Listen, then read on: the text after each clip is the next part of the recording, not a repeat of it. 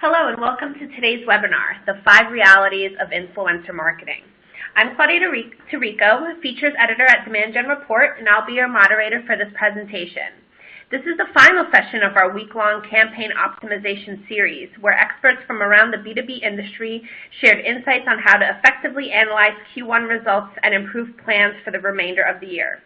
We hope this series, spotlighting a range of B2B trends and topics, will provide practical tips and strategies to help you build on your campaign results. Be sure to check out all of the webinars in the series on demand. I also want to encourage you to follow along and share your thoughts and feedback during today's webinar on social media using the hashtag #COSeries. You can connect with us using the @DG_report Twitter account or reach out to me directly. My Twitter account is @Claudia Tirico, and our speakers are reachable via the @ContentForDemand Twitter handle. You can also reach out to our speakers directly on Twitter. Alicia is reachable at Alicia Fiorletta, while Dana can be reached at Dana Harder. I also want to share this awesome opportunity for one or more of today's attendees to potentially win a free ticket to our annual B2B Marketing Exchange Conference, which will take place in February 2018 in beautiful Scottsdale, Arizona. All you have to do is register for the sessions, which will earn you one automatic entry. And if you attended any of the sessions live this week, that scored you another entry. Winners will be announced each day of the series, so be sure to keep an eye out on your email and social channels to see if you won. For those of you who may be new to Demand Gen Report, here's a quick overview. We are an online media company publishing daily news, a weekly email newsletter, special reports, original research, and a rich menu of additional resources. Also, as I mentioned earlier, we produce the annual B2B Marketing Exchange, home of our Content to Conversion Conference and Demand Gen Summit, as well as our new Sales Impact Summit and ABM in Action Live tracks. If you haven't done so already, please subscribe to Demand Gen Report today and join more than 45,000 subscribers to receive our newsletter and other quality content. For today's presentation, we're using the On24 platform. During the presentation, you can access all the information you need from the platform toolbar. We encourage you to ask our presenters questions. To do so, simply click the Q&A widget at the top right corner of the screen. Today's session is being recorded, and all attendees will receive an archived link to the presentation to go back and review or share with colleagues. Before I introduce our featured speakers, a few housekeeping notes. Today's presentation is slated to run about 20 to 30 minutes, with 10 to 15 minutes for Q&A following the presentation. Be sure to submit your questions using the Q&A widget in the On24 console.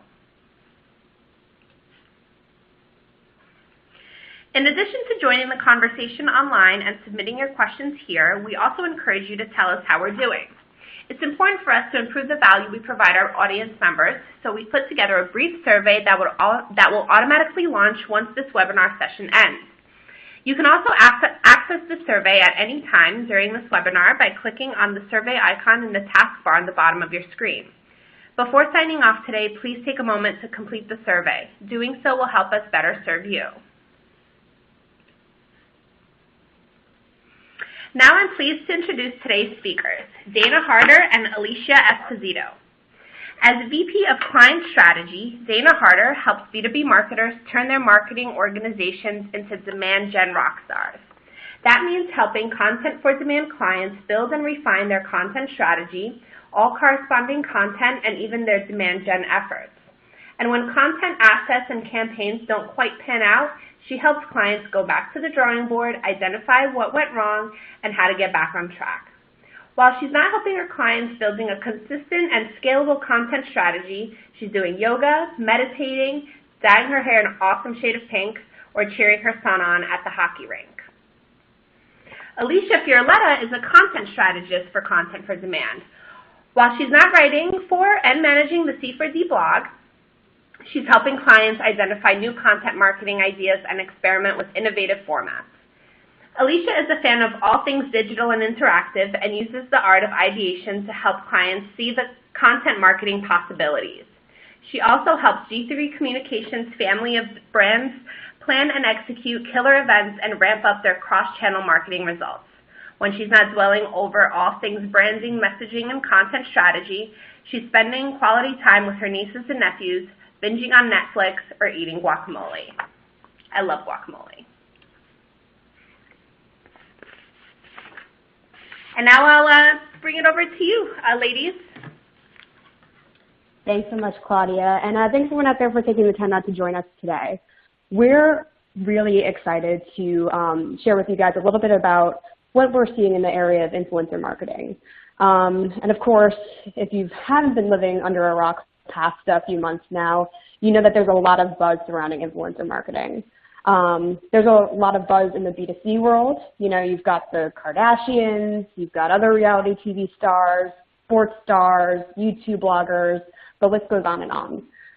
For a few years now, we've been seeing a lot of brands funneling big bucks into hiring these influencers to spread the word about their brands and their products through their social networks, primarily through networks like Instagram and Twitter. But as influencer marketing gets more buzz in the B2B world, you know, it really makes us take a step back and ask, what's influencer marketing really? And in our eyes, the art of successful influencer marketing is far more nuanced than just throwing money at celebrities and creating a hashtag ad. So to kick things off, we thought it'd be valuable for us to start at square one and provide a more formal definition of what influencer marketing means. So according to this quote from Adweek, I won't read it verbatim, but influencer marketing is a form of marketing in which focus is placed on specific key individuals rather than the target market as a whole.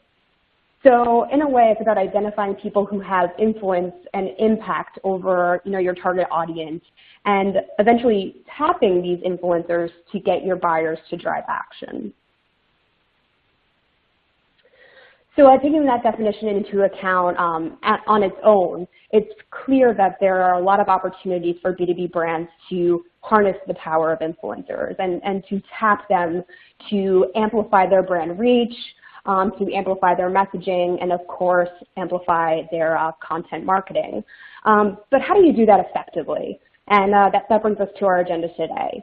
We hope to really break down modern influencer marketing, the trend, what tactics are really top of mind for B2B brands today. And of course, we wanted to break down how you can use influencers, based on all scales and of course budgets. And finally, we wanted to dive into the 5 realities of influencer marketing that we've acquired and learned through our work with clients and of course really unraveling this trend as it continues to evolve in the B2B landscape. And finally, it wouldn't be a webinar without some key best practices for how you can use influencers to really crush your marketing goals. And of course, a quick Q&A to answer any questions that may pop up along the way. So to dive a little bit deeper, I'm going to pass things over to Dana, who's going to share a little bit about the ins and outs of influencer marketing. Thank you so much, Alicia. We're super excited about this topic because I think that there's a lot of misconceptions around what influencer marketing is, and there's a lot of benefits to working it into your content strategy, even at a minimal level. So just to talk to everybody a little bit more about what makes influencer marketing so valuable. There's a quote over here from Brian Solis, and I think it's really powerful.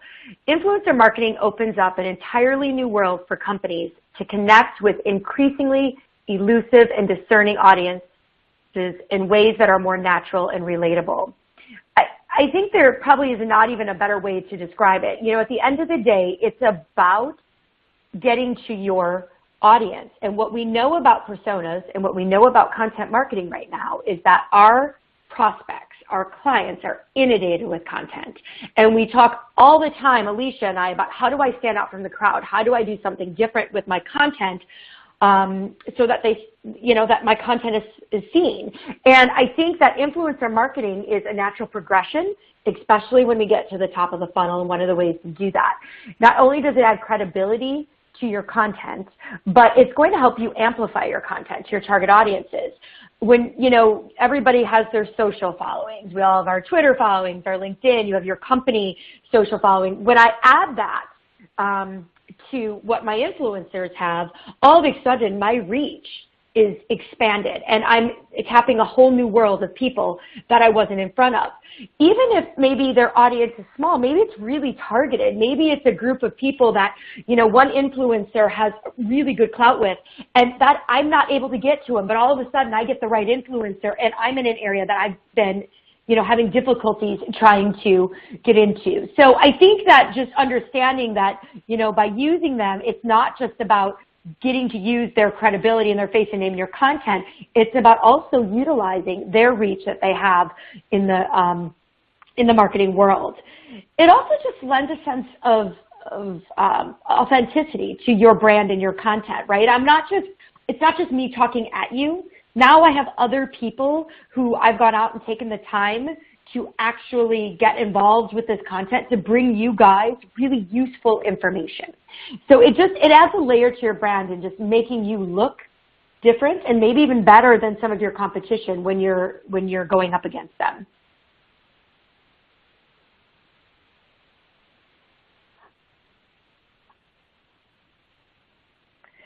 So the value of influencer marketing. I thought these stats were really interesting. We see stats on content marketing all of the time, but on influencer marketing, I was kind of surprised by some of these when we dug them up. So influencer marketing content delivers 11 times higher ROI than traditional forms of digital marketing.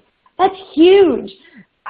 You know, Alicia and I both have, I don't know, 10 conversations a week with clients and prospects talking about how do I get my content seen? How do I see ROI in my content? Well, this is definitely one of the ways to get better ROI on your content, engaging influencers to help you see that. I also thought it was interesting that 49% of people say they rely on recommendations from influencers when making purchasing decisions. Half of everybody we talk to. So, you know, it's not enough just for us to serve up that top of the funnel, the middle of the funnel, late stage content and hope that we've made an impact, because if my competitors are pulling in influencers to the top of the funnel, they're going to be more likely to go to them because they've given them that credibility and that authenticity that we were just talking about earlier. So this is important to note that it's not just a nice to have anymore. It's going to quickly become a need to have as part of our content marketing strategies. And then this last one was actually from Demand Gen's report, most recent content preferences survey, that 87% of buyers give credence to content that features industry influencers. This is something that's really important. They're going to be more likely to open your content if they see that an influencer's been involved. And this doesn't just have to be, we're going to talk a little bit about some of that stigma around influencers and what really makes an influencer, because it's not always what we think. These people are at your fingertips more than you probably are aware.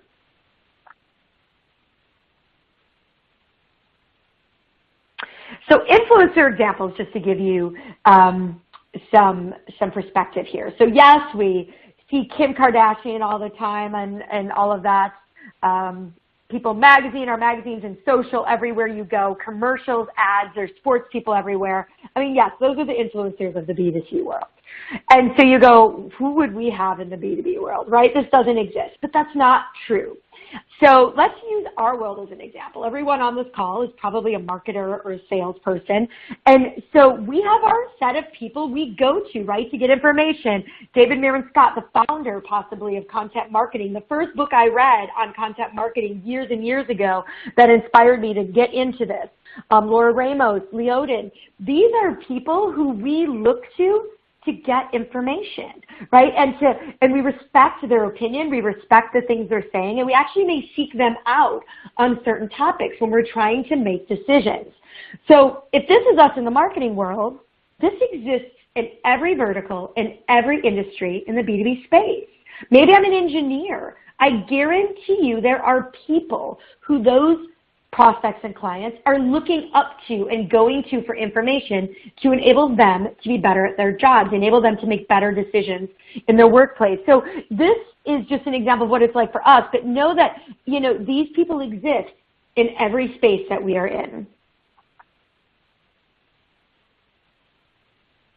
Okay, so with that, we're going to conduct a little poll. We just want to get a feel for how many people here are actually doing some sort of influencer marketing programs. So it could be just experimenting, maybe you're actually doing it at a campaign level, maybe you have a fully integrated program, or maybe you're not doing it at all. And then we're going to take a look at how some people are actually doing in this.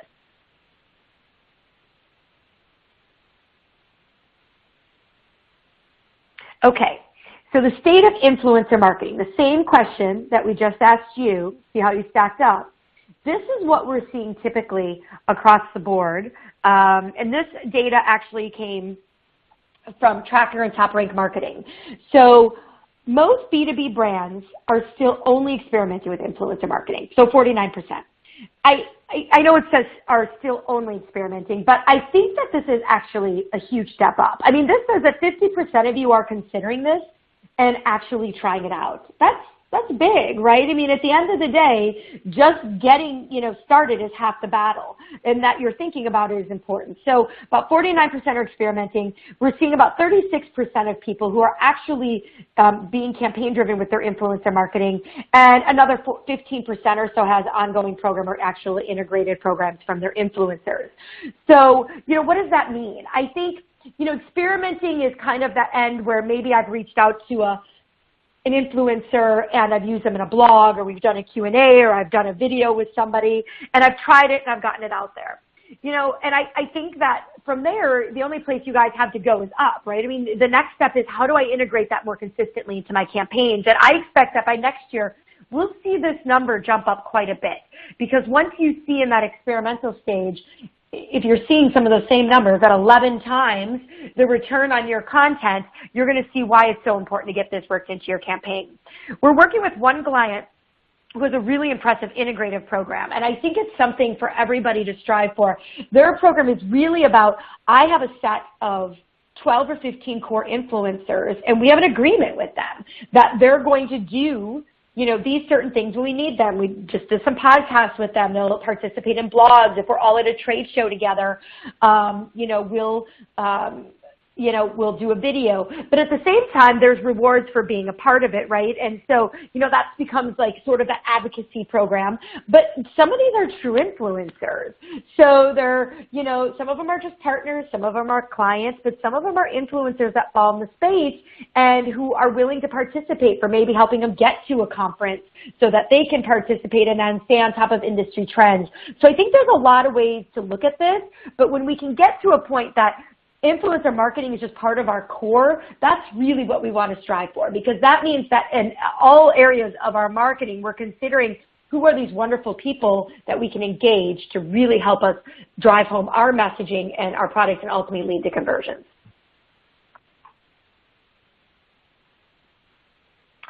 And here was just some top goals for influencer marketing that we thought we'd share. 94% are doing it to improve brand advocacy, 92% for brand awareness, 88% to reach new target audiences, and 86% to increase share of voice. But I think what was really important is what we're seeing, these numbers that are coming up. I can use this to improve sales conversion. I can use this to manage my reputation. I can use this to drive lead generation. So I expect that we'll continue to see these from the top move up as we start to see what's really possible with influencer marketing. All right. With that, I'm going to turn it over to Alicia to talk about how you can actually use influencers in your different marketing practices. Thanks so much, Dana. And I know a lot of our conversation so far has talked a lot about how we can use influencers to fuel our content creation. And we'll get into that in a minute, but I did want to take a step back and actually talk about all of the ways that your organization can tap influencers for other tactics or areas of your business. So I want to go back to a point that Dana brought up a little bit earlier when we were talking about the B2B world and the influencers that we turn to. And one thing really stuck out to me.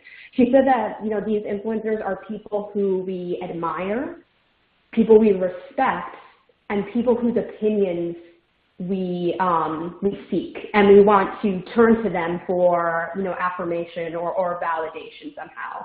And I think, people lose sight of that when we're talking about influencer marketing, because they're looking at the bells and whistles and the really exciting part of using influencers in their ebooks and webinars and events, and that's great, but, there are some foundational elements. So, for example, using influencer insights to inform your buyer personas.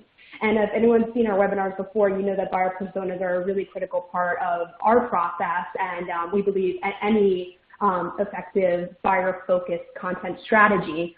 So why not use these influencers, people who are so entrenched in your industry, to pick their brains, see what they're seeing in the marketplace, see if they have any unique insights or perspectives about how your buyers are working and living, what their thoughts, concerns, and pain points are.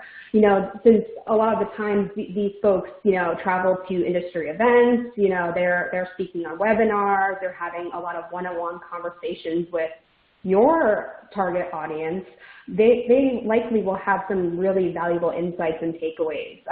Some may, validate or confirm your personas, or they may add some new insights to help you improve them. And of course, talking about high-level content strategy, use them as a sounding board for, content messaging, potential campaign ideas and themes. Again, this ties into the whole conversation around understanding your buyers and, what the audience is responding to. You could be talking to an influencer and they may say, oh, I went to this event and I did a presentation and this topic resonated really well with them. Having that off-the-cuff feedback is extremely valuable as you're trying to find, new angles for your content, as you try to dissect new trends or topics. It may put your strategy and, your campaign calendar in a completely new direction. And of course, finally, we've been talking a lot about content creation. So of course, letting influencers incorporate their insights into your content. In some cases, we've even seen brands, have the influencers write the content for them. So we thought it'd be valuable if we walked through a few different examples or ways that you can leverage influencers in your actual content assets. So you'll see from a high level, we see three different levels of influencer-enhanced content: modular content, individual asset creation, and long-term engagement. Now, what does that really look like? So for modular content, that essentially means, using influencers to create, modular elements in your content assets. And that could be anything from, call-outs, little best practices, tidbits, within your assets, or it could be, interviewing influencers and incorporating their quotes into your actual content or narrative. So in this example, this is actually a piece from Cox Media, and they wanted to interview a variety of different folks in the advertising space, but advertisers who specialize in small businesses. So a very, very niche audience. So what they did is they interviewed a few different advertising experts and marketing experts, and in those interviews, they extracted, the key takeaways or, best practices and turned them into little helpful hint sidebars or call-outs.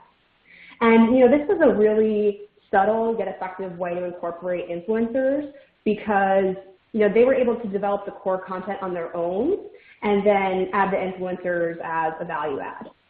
And even better, you can reuse those quotes for blogs or even social images. So again, really easy turnkey ways to incorporate influencer feedback. So using influencers to fuel actual content creation. So this is when we, actually interview, more than one influencer. Sometimes it's, 5 or sometimes it's 10, sometimes more. This is when the influencer feedback is the foundation for the entire content asset. And, we've seen this a few times. We're actually working with a few clients on projects like this where, we interview, 10 experts in a particular field. Rather than having the brand create the bulk of the narrative and, do the bulk of the storytelling, the brand comes in, sets the stage with an introduction, and then essentially passes it off to the influencers to do all the talking for them. Now, this is a very powerful way to position your brand as a connecting point or peer to these influencers. And it's, of course, a great way to, build almost like a mini community of experts who will actually, share your messaging or share the actual asset, because they're participating in it.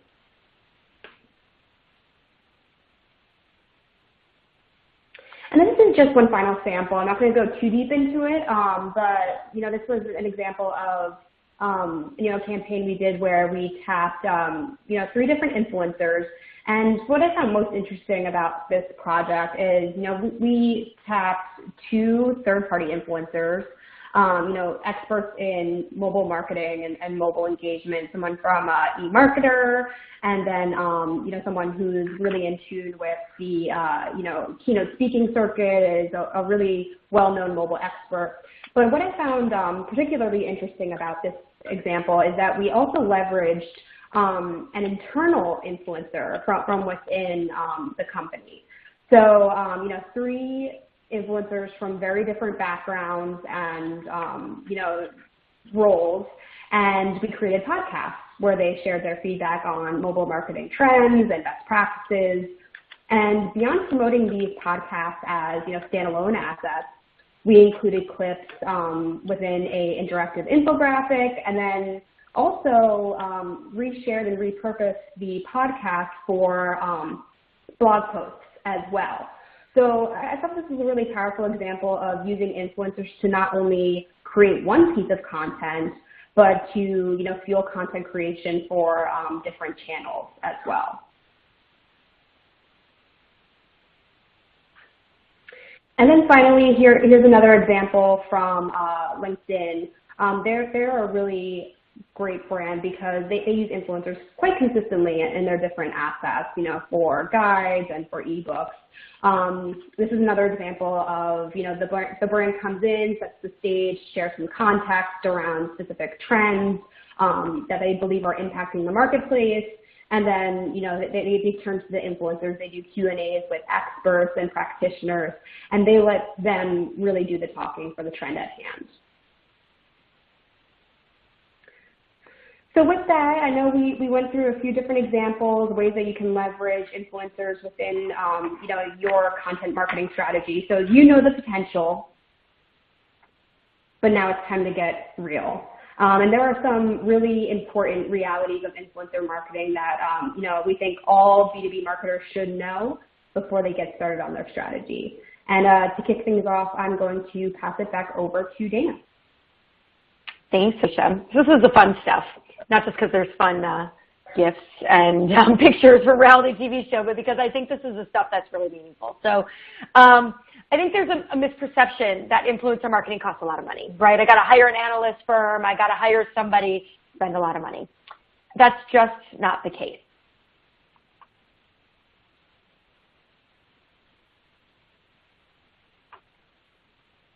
I think the thing that we have to think about is that, influencers often, if we approach them correctly and really set up the strategy correct, a lot of them are interested in participating for free or very little charge. The reason being is this helps them out too. They're trying to get their name out. This is what makes them an influencer, is their reach and getting extended, and brands like yourselves, engaging them to want to use their advice and their best practices and trends to share with as many people as they can. So this is important to them too. So don't think that it has to cost you a lot of money.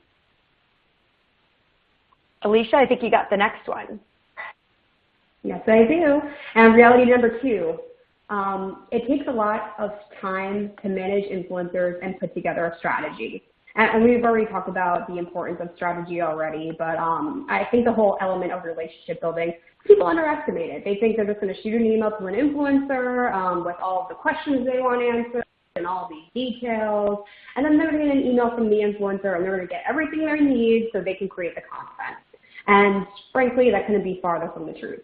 It takes a lot of time and effort to not only manage all of these conversations, but also handle outreach, ensure that you're getting everything you need from the influencers, and most of all, that the influencers are happy with every step of the process.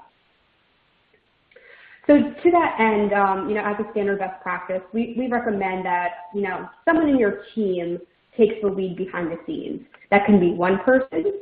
It could be, a small team, but make sure there's someone who takes ownership over influencer marketing. And I saw some research that, it varies within every company. Some folks have marketing take the lead. Some folks have the social team manage it. Regardless, it's going to be different depending on your case and your unique situation. There just has to be someone managing all of these core components, because as your influencer circle grows, those conversations are going to become more complex. There's going to be more action items happening, more to-dos being thrown around, and it can quickly get out of hand. So we definitely recommend this and call this out as a really key reality. And then next, I think Dana talked about this a little bit earlier in our conversation, you really need to expand your horizons and perceptions of what the ideal influencer is. Not everyone can get a Kardashian, right? And, even a brand that has great potential and has a great product, you just don't have 6 figures to drop on, a social media campaign. So, you really need to take the time to think about who you're trying to reach, what your goals are of the campaign, and, do some research around who you think would be the best fit. And through our work so far, we've been able to find a little bit of a sweet spot. You want to make sure, of course, the influencer is relevant to your audience. That's really the foundation of finding the right influencer for your campaign or strategy. And then you want to look at a few other elements. You want to make sure they have the knowledge and expertise you need to fuel your content creation or, meet whatever goals you have. And then you want to make sure that they have, the social reach. You want to make sure they have the community that you're trying to reach and that they're engaging with them. You don't want, an influencer that has 1 million followers but maybe posts new content once a week or doesn't retweet or doesn't reply to tweets. Having a big community is fantastic, but if your influencer isn't tapping into that community and engaging with them, then really, you're investing in an influencer that may not be sharing, their involvement in your campaign or may not be sharing your content. So that relationship quickly becomes a dead end. And Dana, I think this is your reality. Yes. So influencer involvement does not guarantee success. I think this is, something we've talked about a few times throughout the campaign today. You have to have a strategy, right? There's a lot to be said. I think Alicia mentioned earlier that, a lot of people are just engaging influencers and creating content with influencers, but when there's no strategy behind it, like anything else, it's most likely not going to succeed.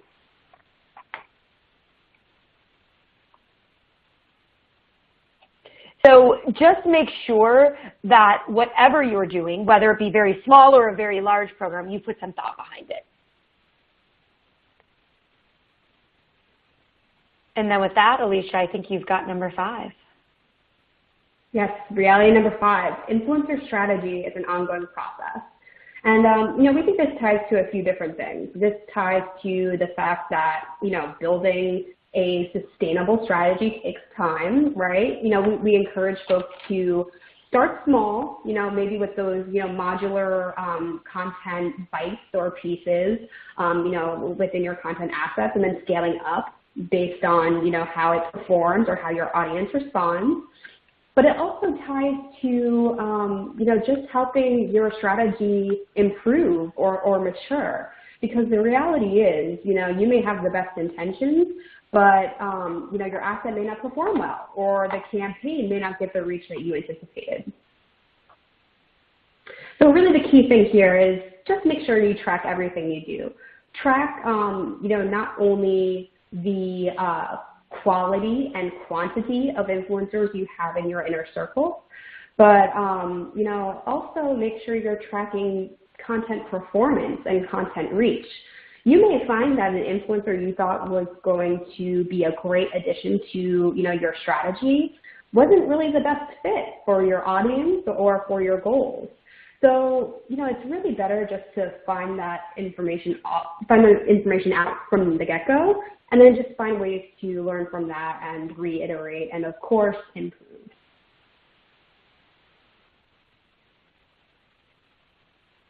All right, so I'll jump in with the last one here, which is you don't need a new list of influencers for every asset or campaign.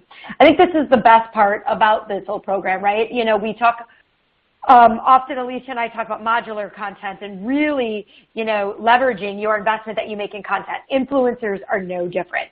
We want to make sure that we leverage every relationship that we have here. And, Alicia showed some great examples earlier of how we took one person and we put them in social, and then we put them in a podcast or a blog, or then they're in a Q&A with, in an ebook or a guide. The goal here is to really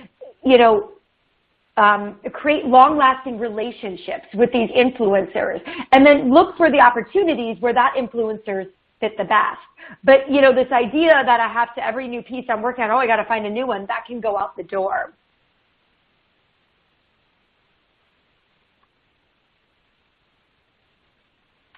So, your goal here is make sure that you're having ongoing conversations with your influencers. Make sure you continue to tap their expertise. If you haven't used them in a while, make sure you're reaching out with them and staying in touch. That way that when you do need them or you see a new opportunity come up, you're not feeling like you're starting over again.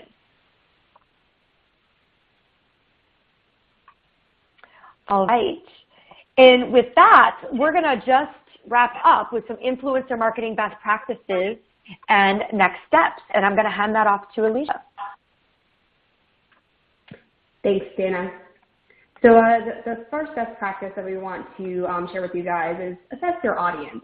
I know we talked a lot about researching and, finding the right influencers for your audience, and sometimes they could be hiding within your own social feeds.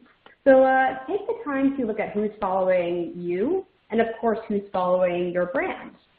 And do a quick skim through your Twitter following, see what kind of following they have, who knows? You may be able to find someone that would be a great fit for your brand right within, your LinkedIn friends list or within your Twitter followers list. You never know. And of course, influencers may be hiding within your own customer list and within your own company. So always do a quick, check with what you have in arm's reach before you go crazy and try to use all these different tools to find a list of influencers.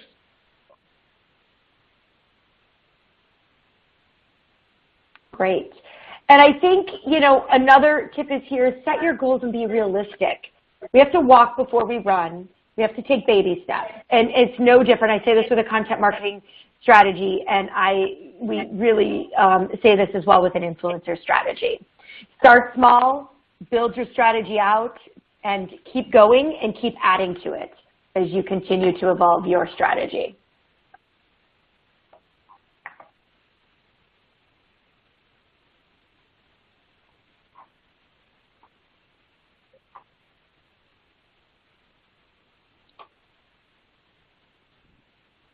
Great. And I'm just going to chime in for one more final best practice before Dana closes things out. Do some research and organize. Now, we're not here to tell you that, you should be using X tool or Y platform. That's not what we, that's not what we do. That's not our goal for today, of course. But, we do encourage you to, see if there are any tools out there to meet your needs. Are you looking to do some really robust influencer research and management?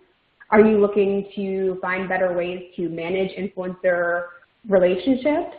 regardless of the goals that you're trying to accomplish, take the time to do some really in-depth research to, find the right influencers for your community and, of course, find the right tools for your influencer strategy goals.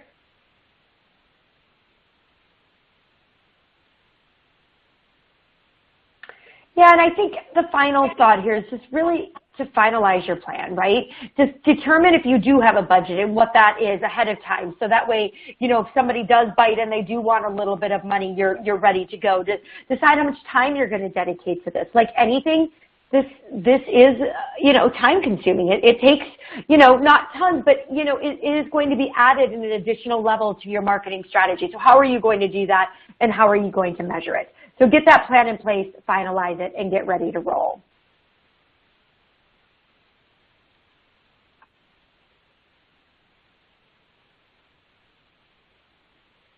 And then with everything, we want to test, and test, right? Alicia mentioned earlier, I think that, maybe sometimes we have a wrong influencer in our mix and we need to reevaluate, or it's not driving people, or maybe the content really isn't doing any different than my other content was. So why is that? And maybe it's not worth the extra time, whatever those measurement guidelines you set for yourself. But do make the time to test it, try new things, be creative with this, and find your sweet spot in this campaign.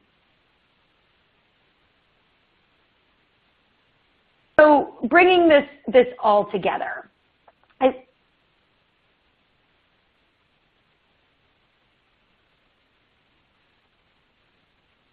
Alicia and I hope, gave everybody some really good background today on what a real influencer marketing reality is, hoping that we kind of squashed just some of those misconceptions about influencer marketing campaigns and helped you all see that this doesn't have to be complex. It doesn't have to be something that's unattainable, no matter how small your organization is or no matter how big you are. And I think the goal here is really just understanding the best practices. Content marketing always comes down to knowing your audience. It doesn't matter if we're doing an infographic or influencer marketing or a simple tweet on Twitter. At the end of the day, if I don't know who my audience is and I haven't developed content to them, then all of this is a waste of our time and investment. So you have to know your audience, and influencer marketing is no different. Set your goals, know what it is you're trying to accomplish, do your research, get organized, and then put a strategy in place. And finally, at the end of it, just test, measure, test some more, lather, rinse, repeat. Get it all going in a well-oiled machine, and this will very easily just become part of your everyday content marketing strategy, and it will become a part of who you guys are as an organization.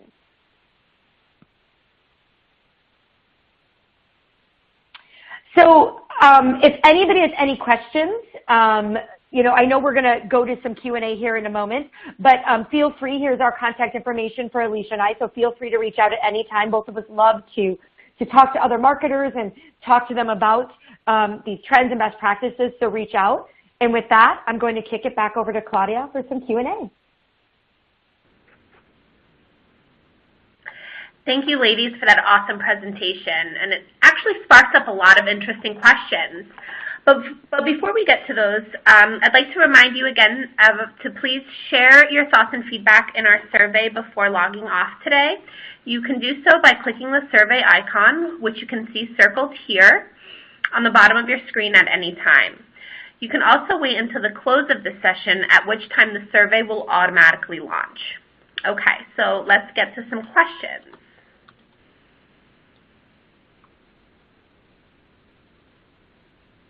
All right, the first question comes from Caroline. Do you have any advice for anyone starting out at square one? I can take that, Claudia. So I think it really ties back to some of the core best practices from our conversation today. And that's, starting with the foundational element, and that's, do your research.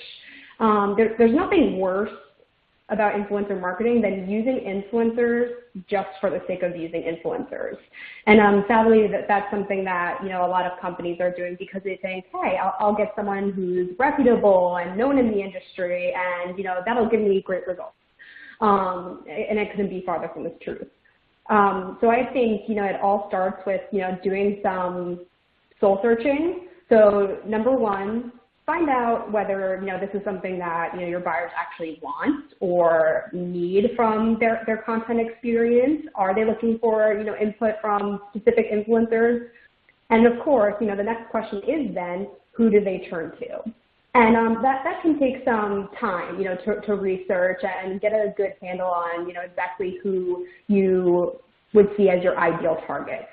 So I would say, take some time to build your strategy up from there. And of course, I think, the best, most logical place to start, if you're just thinking about this whole influencer marketing thing, is to start small. And that's where that modular content piece really comes in handy, because it's as easy as doing a few Q&As through email or via phone, and turning those into really actionable bite-sized pieces. So you can add them into your ebook or your white paper, and see how that asset performs. And then of course, over time, as you build up those relationships with influencers, you can include them in more in-depth pieces, or of course, maybe you'll even graduate to having them involved or having them write, full columns or full content assets for you. Great, thanks, Alicia. Our next question is from Leanne. Can you share any best practices for successfully engaging influencers you think are a fit for your content? Claudia, I can actually start there, then I'll have Dana kind of tag in and then share anything that I may have missed. So I think relationship building and having open conversations is a really critical part of being successful here. And it starts out with just a simple email, right? Or simple LinkedIn message, or even a tweet. You don't want to go in, too hot and heavy, right? That saying, don't propose on the first date. And same thing goes for influencers. Send them an email saying, hey, I've been a follower of yours for a while, and I'm actually working on a piece about this. I think you'd be a great fit for it. Can I send you more information? That first engagement is when you send the really critical details, who your audience is, what topic you're talking about, and of course, deadline and time commitment. Most of the time these influencers, are traveling a lot, they have a lot of commitments already, so you really want to put up front and center what that commitment looks like, just so they know whether it's a fit for them. And finally, discussing the value for them. They're really busy, they're juggling a lot of things themselves, so you want to show respect to them by, putting all important details up front and center.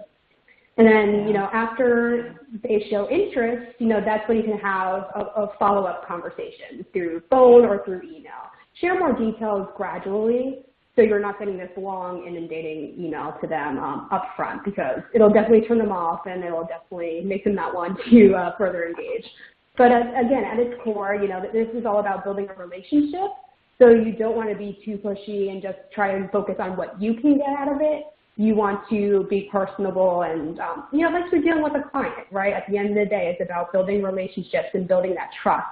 Because if you do, that increases likelihood that they'll, continue to work with you, and of course, continue to share any resources or, events that may be participating in with you.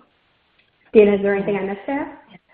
No, I mean, I think we've got everything. I think the only thing I would add is that, remember that, and we said this earlier in the presentation, but that, the goal here is not to get these influencers to talk about your product, right? Influencers didn't get where they are today by, being spokesperson for everybody's product. That's not the goal here. The goal here is that, they're meant to help position you up as a thought leader. And so that means they're talking about trends, best practices. It may, it's an indirect relationship to your product or services or whatever you're trying to sell. So, just as hard as it is to educate sometimes people on what top of the funnel content is, that's really what this is. It's thought leadership. And I think sometimes we see that what could also be a big turnoff here is that, you know, maybe you got that engagement going and then you're ready to do your first piece with them and everything in there is very product focused. And that's going to be a huge turnoff for them from a relationship too, because they want to talk about what they know best, which is why you hired them or engaged with them or, you know, asked them to participate. So remember and be cautious about how much product you're working in there. I think we as marketers get in a rut and that's all we think about. And I think sometimes we don't know how much we really are still kind of at that product level. So remember, this is top level stuff and you want their expertise, that best practice, because that's ultimately what's going to drive people into this piece of content. It isn't their opinion about your product. So just keep that in mind because I think that's really important. Yeah, those are some very good points. I think we have time for one more. This one's from Margaret. Any suggested starting points for evaluating my existing influencer program? Yeah, I can take this one. So I think, you know, evaluating your existing, that's assuming we have something started, right? So let's say you're just at a really basic level. I think the first thing to do is, you know, Alicia mentioned it, the first question that was asked was, you know, I need to start with a plan and a strategy because if I don't, then I'm just, it's back to the, you know, I think, you know, our friends at Oracle at the Content to Conversion B2B Marketing Exchange Conference had mentioned, you know, random acts of content. So this is no different, right? By just engaging influencers, we've got random acts of influencers, I guess. So, you know, the key to evaluating it is understanding, do I have a strategy in place? And what is that strategy? And then setting some goals for yourself to see if you're meeting it. So making sure and if there's not a strategy, then that's probably the first place to start. And when I say strategy, this doesn't have to be complex. This is, you know, set some goals and targets. You know, we're having, let's say I have a specific vertical I'm trying to break into and we're not being really successful there or it's completely new. So I'm going to wrap influencers into that marketing strategy this year in order to help us break into that vertical.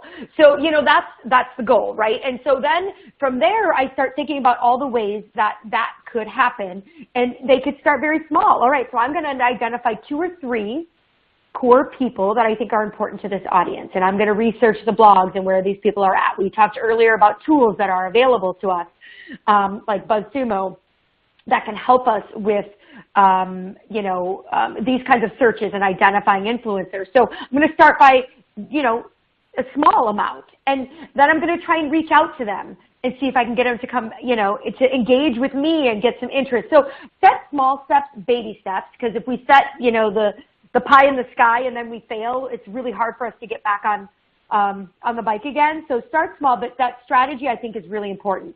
If you've already got something in place, I think the biggest thing is understanding, is the influencer content making a difference? If you're doing all of this and it's not, then we got to take a closer look at why. Maybe your audience isn't responsive to it. Maybe I have the wrong influencers. Maybe my content didn't, you know, the way I developed the content with the influencers didn't work. So, you know, making sure that whatever you've done, understanding how you're going to measure it and how it's working currently so that you can continue to improve on it. I mean, and then the goal is to continue to evolve that strategy. So, you know, the whole thing is making sure you have a sound strategy. Rinse, lather, and repeat is what we say often, or what I say often in terms of how we produce content and nurtures. And, you know, it's really that simple here with influencers too, is you got to try it. I have to figure out how to be able to get it and repeatable. And then I need to be able to measure it and continue to grow it. Cool, thanks, Dana. So that's about all the time we have for questions today. But if you enjoyed this session and others in the series, we encourage you to keep an eye out for our other webinar series throughout the rest of the year.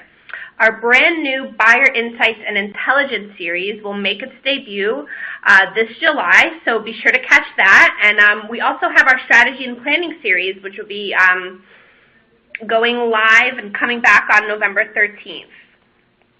You won't want to miss these great events, so I hope that we see you all there. Thanks again to Content for Demand's Dana Harder and Alicia Esposito for sharing such great insights on this hot topic. And thank you to all our attendees for taking the time to join us today. As a reminder, today's webinar will be available on demand, so you can access it at any time and share it with your peers and colleagues. One last note, as I mentioned earlier, this is the final session of our campaign optimization series. Thank you everyone who attended the event all week, but don't be sad that it's over. You can actually access every single webinar from this series on demand whenever you'd like. So thanks again everyone, and have a great rest of your day.